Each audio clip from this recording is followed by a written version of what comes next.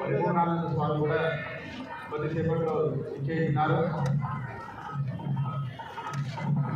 కాబట్టి భక్తులందరూ కూడా అవశిక్షణగా ఆ కళ్యాణ మండపాన్ని చేరుకోవాలని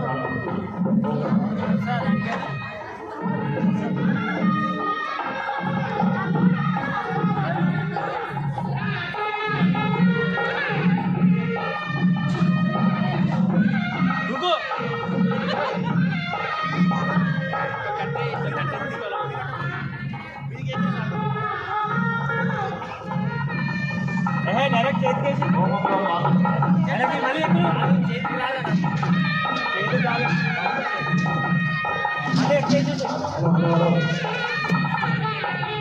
యాగంలో పాల్గొన్న యజమాన భక్తులందరికీ కూడా మనవి చేయడం ఏంటనగా కళ్యాణోత్సవం తర్వాత స్వామివారి అన్నప్రసాదం ఉంటుంది. భోజనం కళ్యాణం తర్వాతనే ఉంటుంది. కాబట్టి భక్తులందరూ కూడా సహకరించాలని కోరుతున్నాం. కళ్యాణ వేదికి రావాలని కోరుతున్నాం.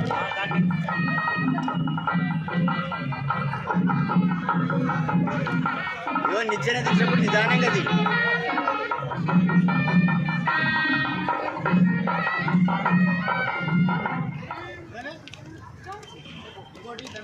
హోమంలో పాల్గొన్న భక్తులందరికీ విజ్ఞప్తి, ఇప్పుడు కళ్యాణోత్సవం ఉంటుంది.